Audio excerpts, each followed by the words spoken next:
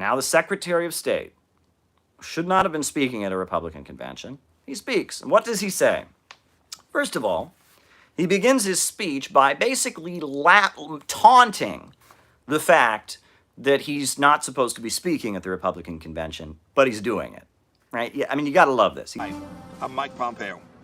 I'm speaking to you from beautiful Jerusalem, looking out over the old city.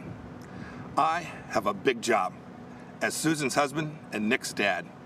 Ha ha ha. I mean, you all know I'm the Secretary of State, but I'm not allowed to speak here as the Secretary of State. I have a big job as Susan and Nick's dad. Ha ha ha ha ha. I'm violating the norms of U.S. politics. I'm taking the U.S. State Department in a blatantly partisan direction. Ha ha ha ha ha ha. But remember, I'm just here as my kid's dad, right? I'm going to spend my whole speech talking about U.S. foreign policy and such. But yeah, I mean, he's laughing about it. He's flaunting years of precedent. Right? Is he breaking the law? Probably not.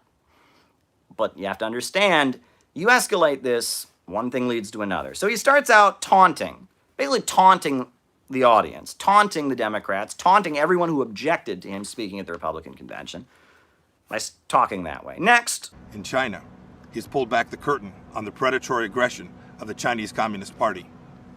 The president has held China accountable for covering up the China virus and allowing it to spread death and economic destruction in America and around the world. And he will not rest until justice is done. Where in the world are they getting this? Where in the world are they getting this? Where in the world are they getting this? China got COVID-19 before anybody else. Didn't go to any other country, as far as we know, except for China.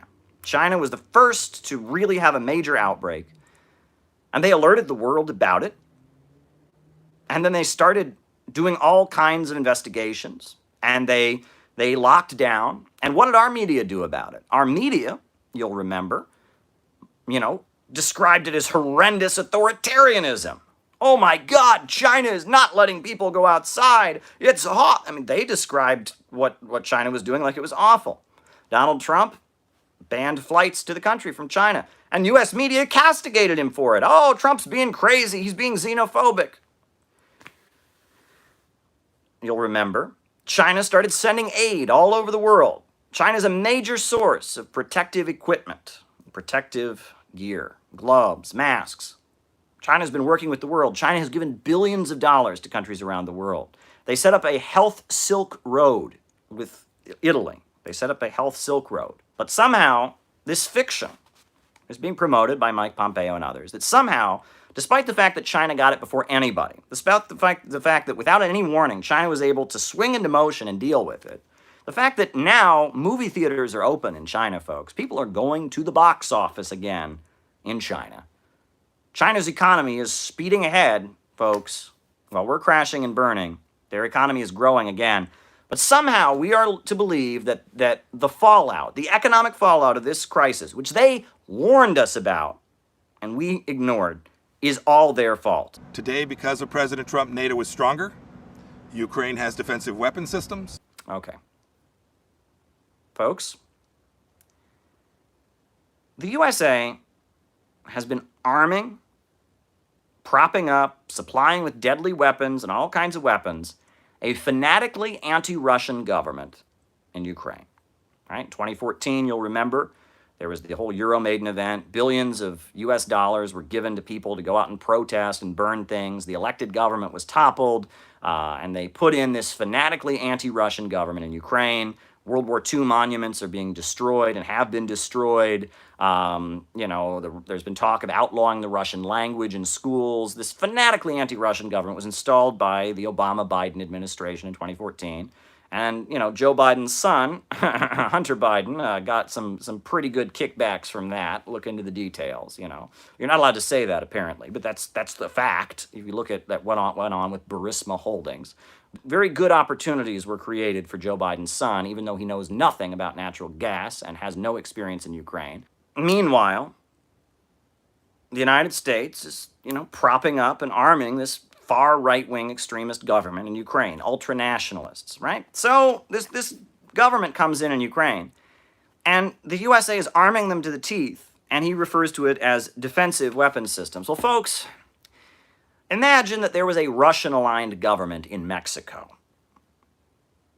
Okay? Just imagine that there was a Russian-aligned government in Mexico. And then Russia went to Mexico and started giving that Russian-aligned government in Mexico huge stockpiles of weapons. Now, would that be de-escalation? Would that be just defensive? I mean, come on. We know what's happening here. And America left a harmful treaty so our nation can now build missiles to deter Russian aggression. Yeah, so basically, the INF Treaty, some very, very important international agreements that de-escalated the Cold War, that prevented the arms race, that stopped the arms race, have been ripped up.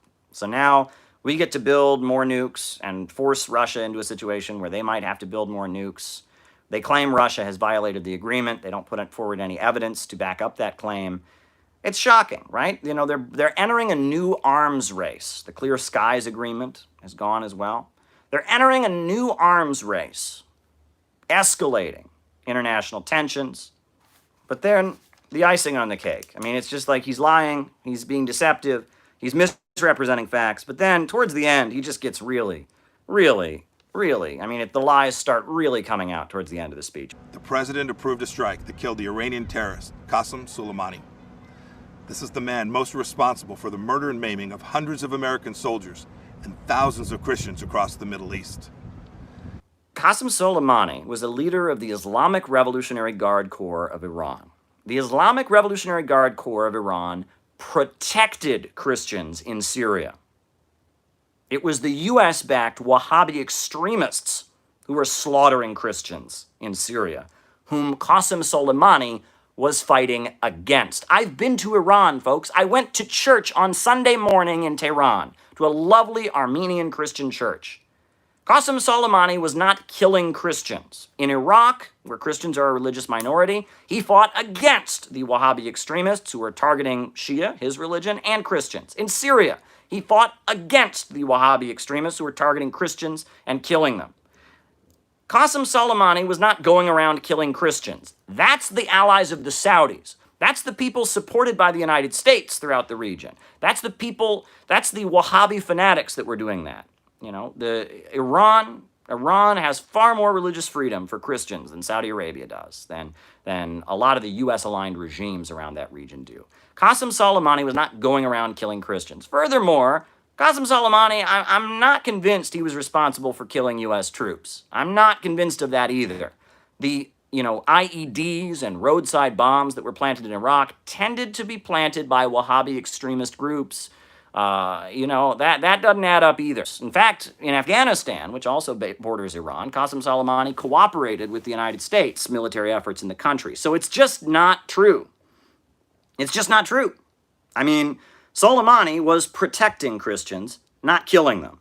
Soleimani was not going around killing U.S. troops. If anything, he was trying to establish good relations between the Iraqi government, which was hosting the troops, and the government of Iran. So it doesn't make any sense. In Afghanistan, he even cooperated with U.S. troops.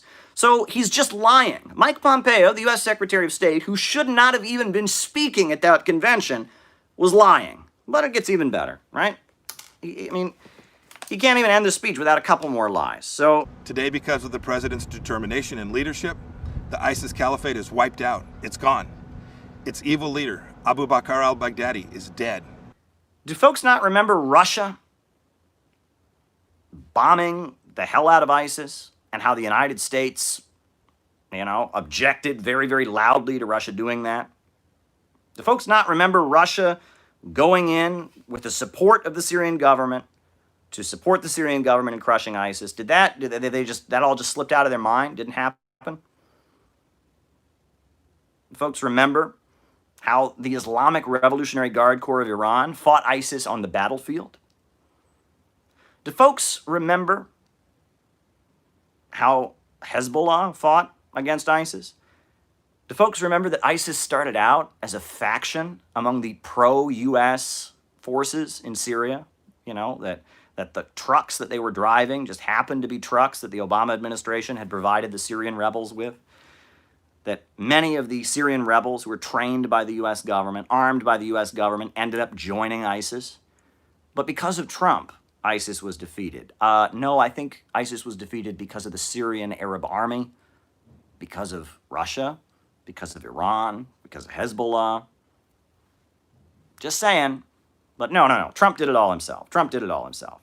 The president exited the U.S. from the disastrous nuclear deal with Iran and squeezed the Ayatollah, Hezbollah, and Hamas.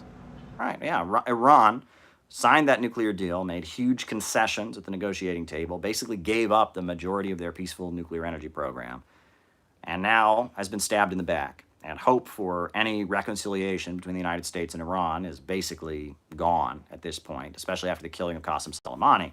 Somehow that's a good thing. And just 2 weeks ago, the president brokered a historic peace deal between Israel and the United Arab Emirates. This is a deal that our grandchildren will read about in their history books. We know why Israel and the United Arab Emirates are having relations now. And it's not because Trump cut a great deal to protect Palestinians. It's because they're trying to unify Israel and the U.S.-aligned Arab autocracies in a fight against Iran. Right? Trump said that was his goal in the Middle East, to create an Arab NATO. This is about fighting Iran. That's all it's about. It is an anti-Iran deal. And yes, oh wow, an Arab country recognized Israel. It's been revealed that Saudi and Israeli intelligence have been working together against Iran for quite a while sometimes. So, they both buy their weapons from the same place. Israel's weapons come from the United States, and so do Saudi Arabia's. So, give me a break. Give me a break. I mean, Mike Pompeo wants a new Cold War. He wants a new Cold War against China. He wants a new Cold War against Russia. He wants a new Cold War, especially against Iran. And he is looking to unleash chaos and death and destruction all over the world. And he's telling lots of lies in order to do it. Mike Pompeo is probably the most dangerous figure within the Trump administration. Right? And we know Mike Pompeo's activities. Who are they serving? Well, people like Betsy DeVos, whose brother just happens to be Eric Prince of Blackwater Academy, military contractors. Right? Private military contractors are not only in the Middle East at this point, not only in Africa. We've got private military contractors on our streets going after protesters. Very scary stuff. Very, very scary stuff. Mike Pompeo. Very, very, very scary and dangerous man.